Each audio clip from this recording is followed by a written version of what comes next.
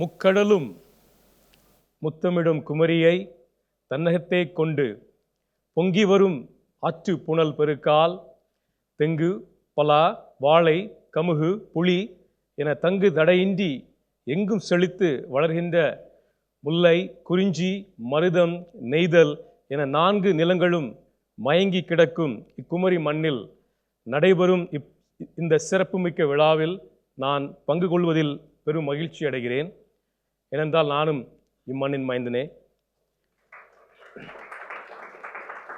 தூங்காமை கல்வி துணி உடைமை இம்மூன்றும் நீங்கா நிலன் ஆள்பவருக்கு என்ற குரலுக்கேற்ப செயலாற்றும் என் கடன் பணி செய்து கிடப்பதே என்று இம்மக்களுக்காக பணி புரிந்து கொண்டிருக்கும் எம் பாசமிகு அண்ணன் the Honorable Minister for Information Technology through Mano Thangaraj, and also my respected dignitaries of ICT Academy, the CEO Mr.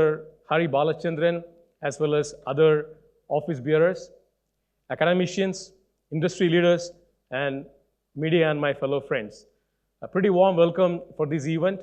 I'm glad standing before to talk specifically about how we can bridge the talent gap in the IT ecosystem that today we are actually seeing a propelling growth in the next 5 to 10 years. So next 20-30 minutes, primarily I'll talk about the overall ecosystem and how the technology is taking a bigger shape. Where is the gap? And I will give you, for sure, at the end of my session, there is one takeaway for you, which you will carry it forward, and I hope you can strengthen that for the benefit of your students as well as for the community. So if I have to actually go a little deeper and talk about the overall ecosystem, India as a country, our GDP is closer to $3 trillion. You know, it's kind of the, you can equate it into the lakhs, but $3 trillion economy. And if you put our Tamil Nadu specifically, our gross state domestic product is around 300 billion, which means we contribute 10% from the state to the country.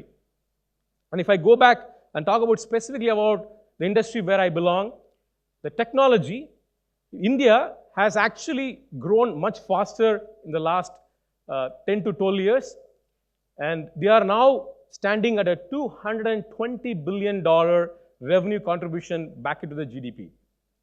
Same thing if you see from a Tamil Nadu perspective, we are closer to the numbers yet to come for the financial year 2021 and 2022.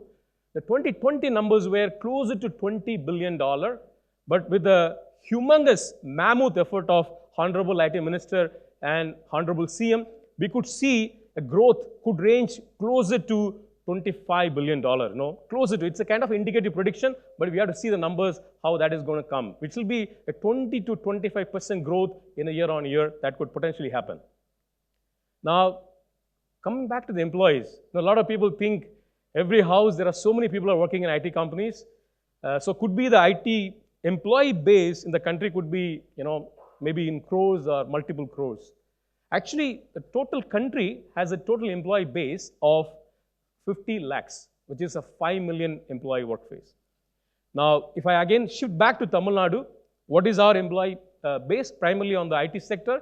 It's roughly around 6 lakh or 600,000 employees that contribute or work from Tamil Nadu, including all the key cities, you know, Chennai, Coimbatore, Madurai, Trichy, and so on and so forth. And we have seen in 2021, again, because, you know, we call the 2021 to the 2030 is a decade. It's more of a technology decade, which every country and every organization will see a massive amount of growth for technology, and investment is right away, you know, flowing into a lot of the technology companies. That's the reason they call the next 10 years is more of like a decade. And it's evident to see the start of the decade itself, we had added closer to 450,000 employees in the IT from India per se, and from Tamil Nadu ecosystem, we have added around 50,000. Now, if I have to equate that into this district, you know, Kanyakumari, we have roughly around 60 to 65 ITeS companies. And if you talk about from an employee base, it could be an around 1,200 to 1,500. But definitely, there is a lot of contribution from this district is happening because a lot of people from here work in Chennai or Bangalore or different part of the cities in the country. So there is definitely a sizable number of workforce, IT workforce from this district do work in the other part of the country. Now this is an interesting thing, the demand and supply, how that is actually the ecosystem is working. If you see, I talked about this, 5 million, 50 lakh is the overall country per se, and we have 6 lakh from a Tamil Nadu ecosystem perspective. Now, through a lot of industry research and predictions says that potentially in the next 5 years, by 2026, there is a possibility of growing this employee base IT ecosystem because during the pandemic as well as the post-pandemic, you see a lot of demand for the IT. And definitely, actually that is going to grow further. And again, with the amazing effort that is happening from the government, we will see a massive amount of growth in Tamil Nadu as well. So there is a prediction very clearly says that the number is going to grow from 5 million, which is like closer to a 50 lakh employee base, to a 95 lakh or a closer to a crore employee base in next 5 years. And we have an opportunity for Tamil Nadu because, as I indicated, right, today we are growing in 10-11% CAGR year on year. It's like compounded annual growth rate. And potentially, with the effort that is happening, and we will see from this year onwards, even if we grow in the rate of 16 to 19% year on year, our employee base, we will reach that 1.5 to 1.8 million, which is like around 15 lakhs to 18 lakhs employee base. And pretty much, we are good in maths, we know the gap, So from Tamil Nadu itself, the opportunity, the employment opportunity that is lying ahead for the next 5 years is closer to 9 lakhs, right? And Honorable Minister, when he was talking in the address, he mentioned about there are 1.5 lakh to 2 lakh graduates are graduating from the state. Simple math, if they are all employable and they have the skills to be employed, the gap can be filled with ease in the next 5 years. Because 1.5 to 2 lakh year on year, everybody getting placed, everybody is getting a job, we would be able to fill the demand that is getting generated along in the state itself. No need to people to go to Bangalore or any other state. They can actually work within the state as well as they can work within the chosen area. Because we also see a trend moving on the work from home to work near home, right? So the work from home concept is still there, but the hybrid model, what the approach is happening is, can the companies bring more strategic view and bring that work from home concept, mainly work from near home? Because people want to work in the same location, they don't need to sit inside the house.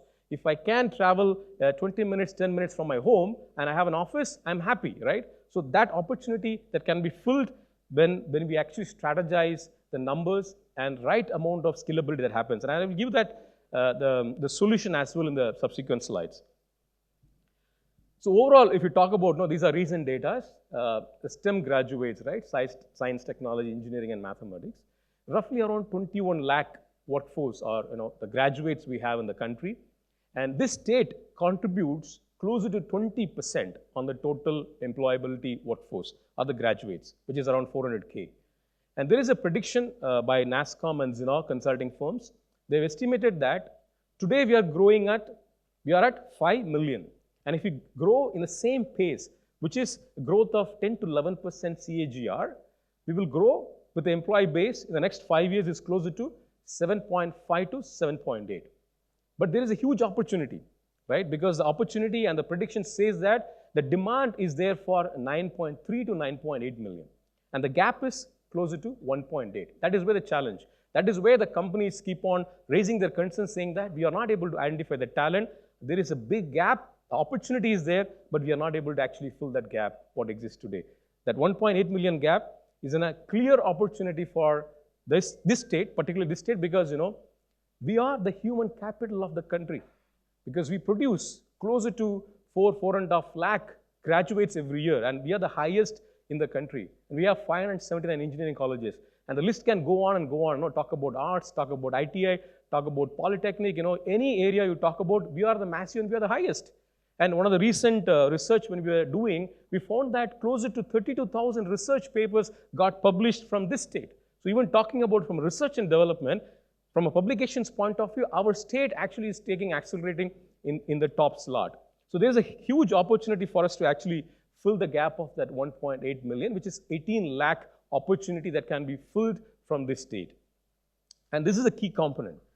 Today, digital skills, they talk about the digital skills, primarily the AI, machine learning, and cloud, cybersecurity, and blockchain, other stuff, the kind of the panorama of digital skills. In the 5.3 million, 50 lakh, we have closer to 1.3 million. That is a workforce who are trained, who are skilled enough on the digital skills, right? So that's the workspace today we have. What is the demand says? 3.9 million in the next 5 years. That is a huge opportunity, a state like us, because we could see the ICT Academy already started taking a lot of initiatives. And I was reading in one of the article talking about ICT Academy already trained closer to 1 lakh people in the last 10, 11 months. It was a massive achievement. So more and more training, more and more job opportunities getting created on the digital skills. Again, the state has a bigger role to bridge the gap of that, closer to that 2.6 million in the digital skills, which could actually get generated in the next 5 years. Now, it's a clear win-win situation for us.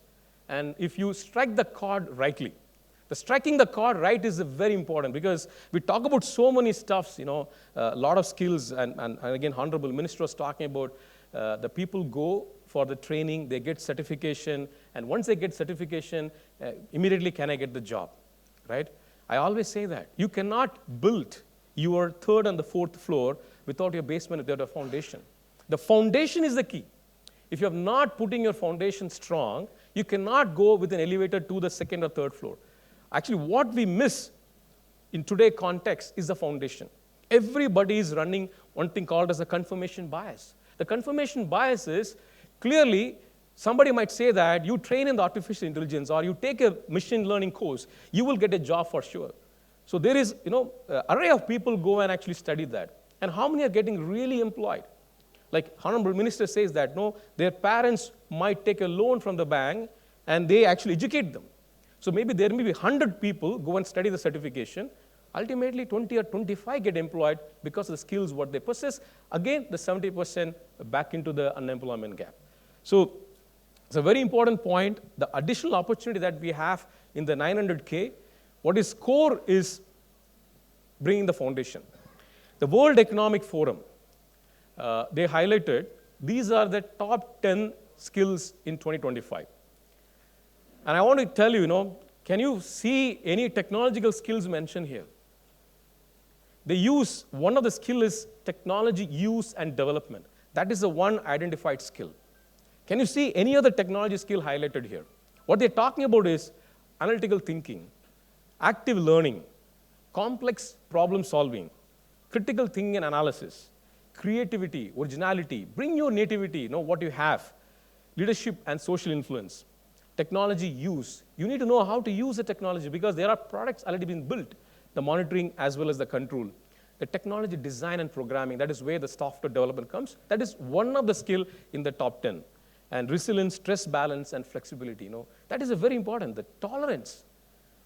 Or we have the patience to learn continuously. That tolerance limit is very important because today people very, very fast, can I get a crash course in next 2 months or 3 months, Okay, I study this one, there is a job opportunity happening, I go apply there, 10 out of 3 get selected, 7 backed out, right? They didn't even know that, why they are not getting selected. And someone else will say that, okay, you have studied machine learning, don't go and study machine learning, there is a great opportunity in cybersecurity, now go and study cybersecurity. Again, the guy will go and study cybersecurity, goes for the interview, not get selected, back out, right? That is what the confirmation bias. I'll give an example, what I mean by confirmation bias. Simple thing. In a group of crowd, right, I stand and look upstairs or something, upward. Suddenly what happens, some of my colleagues come and stand to me, suddenly they will also start looking up. Without asking the question, why? Why you are looking up, right? The questioning is what is very important. And suddenly you will see a massive amount of group of people suddenly start looking, thinking that something is there. That is what is confirmation bias. That is what exactly happening in the today industry. That is a gap. That is a miss people miss. Never ever ask the question, why I should study cybersecurity. He may be a great artist. If he's a great artist, there are phenomenal opportunities in a different field, right? So digging the talent and asking the question why, and then focus on what the person can actually excel, that will be the phenomenal opportunity for the individual to excel. Now, it's an interesting, again, the 97 million in worldwide data, 97 million is a job opportunity that will get created in next 5 years, right? And these are the opportunities they're talking about. And definitely there are skills what we talk about. Data analytics, machine learning, IoT, blockchain, all the things, whatever you talk in the digital skills, they are there in the list. And definitely those skills are going to be the essential for the next next 5 years, because the job opportunities are going to get created on this space. Or already it's there. Roughly, you go and do a small search in the Google and do IT openings in Tamil Nadu. I was doing yesterday, IT openings in Tamil Nadu. Guess a number. Just do a Google search and say IT job, information technology jobs opening in Tamil Nadu. Guess a number. What would be the number come? I'm not putting a lot here, give a gift, but definitely I can request Honorable Minister to give a gift, whoever is actually predicting correctly. Guess a number. Nothing wrong in guessing a number. 1 lakh, okay. 10 lakh, okay. 1 million, okay. 1 billion. 800, 900. It was closer to 2,04,322 jobs. 2,04,322 jobs as on February end, as on March end, right? And it keep on increasing, and they were saying that the openings for February was closer to 3 lakh, right? And now, in the March, the openings were closer to 2 lakh. So the opportunity is massive in the market. Now what happens? These are the opportunities. And what are the skills that is going to go? The 85 million jobs will get displaced in the next 5 years, and that list is there. So any individuals working in those areas, they need to upskill. And that's what Honorable Minister also talked about, upskilling, reskilling. This is an interesting thing, it's a small thing, but I thought of explaining in a small process flow perspective. Learning, right? Learning, everybody learns. And in the learning, there are two things. One is called skill. Skill is like what you learn. And second is knowledge, how you apply. Because, me and Vijay can go and learn. We both will be learning. But how we apply our learning, it will be different for Vijay and myself, right? That is how this knowledge comes in. Now, employability. Because based on the skill and based on the knowledge, the employability options get increased. And interestingly, once the employability options are getting increased, I get a job. And I gain experience. Now what happens? Once I gain experience, World Economic Forum says that if you're not reskilling, your job is redundant. It is not about gaining an opportunity inside the company. Even inside the company, if you're not reskilling, and what they're saying, 50% of the workforce in every organization, they need to be reskilled in the next 5 years, right? That is also the biggest challenge. Now, listen this very carefully. So we have 100%, which means like take an example of 100 employees or 100 people go for the learning as a group. Now, in the 100 employees or 100 candidates go for the learning, today the scenario is only 30 to 40%, which is like 30 to 40 candidates are becoming employable, right? Now, how many are getting the jobs? Only 25. The biggest challenge today is the gap of the 70% or the 70 people or 75 people. That is the reality. So everybody goes for the learning. The employability skills are there. So the percentage is decreasing to 30 to 35%. And the jobs, only 25 people are getting the jobs. Now, what is the challenge? The clear challenge, I want to put it here. So knowledge, primarily the knowledge is about the mindset, the exposure, and the intelligent quotient. It could be differ from people to people, right? So my mindset could be, I want to do this one. That is how I groom. My interest area is very, very different. Same thing, the exposure. Exposure is, I may go have a lot of industrial visit. I may talk to a lot of people. I may gain knowledge to talking and interacting with people, and I get more exposure. And your intelligent quotient is a born talent. Or you, through your continuous reading, you may actually upskill that. Now, here is a very important thing. There are two things. One is the foundational, and second is the accelerator skills. Now, I'll talk about the accelerator skills. People are now today running for the accelerators, which means, remember the example I talked about, a house of 3 floors, they're running that I need to straight away go into the 3rd floor. The 3rd floor is the accelerators. So learning on AI, machine learning, data science, digital marketing, full stack developers, DevSecOps engineers, UI, UX engineers, NFT engineers will start coming in, and cybersecurity. By the way, these are the top 7 job market skills. So anyone who's studying, definitely they have an opportunity to get a job. Now, but everybody's running for this one, right? Because for sure, clear and short, I go, I learn, I get things done. But what is happening is the foundational skills. This is where the biggest gap today in the industry, in the college, which is the active learning, the problem solving, analytical and critical thinking, the tolerance and flexibility, and originality and creativity. This is the biggest challenge today. No one is interested to learn. I'm not sure how many colleges are interested to actually teach on these foundational skills. The foundation is getting missed. Whereas the clear focus is on the accelerated skills, right? Every training institutions, organizations completely focus on that. My simple solution is the foundation is cracking. Or I would say the foundation is already cracked in our system, in our education system. So if you are not strengthening our foundation skill, you will not be able to go into the accelerator. Still, even after 10 years, we will continue to talk about saying that this job gap is there, the skill gap is there. This will never change. Because after 10 years, we may have a metaverse or a space net, different type of technologies will change. But the worry of having the gap in the skill will continue to be there. Because the focus is only on something which is on the air, not on the ground. First, strengthen your foundation. That is the one key message I want to give you to all the academicians, industry leaders today here. Strengthen your foundation. Focus on programs that you can actually put and enable your students, your institutions on foundational elements. I'm giving a very simple suggestion. I was thinking yesterday, what is that one thing work? Can I go and tell something on the air which is doable, which is not doable, which may not be practical? But what is doable? I was also doing a research in various institutions across the world. What are they doing? How are they doing? Right? Yeah, there are research labs are setting up. All that are fine. Then I found that if I place this as my faculty, right, an institution or any college faculty, so how I can actually mentor, coach, and faculty and enable the faculty more powered up to contribute, right? Now, this faculty is there. I'm suggesting there are retired professors. You may ask the question, why I'm going for the retired professors. I see they have come up with a lot of talent. And they have actually, shown a lot of talent.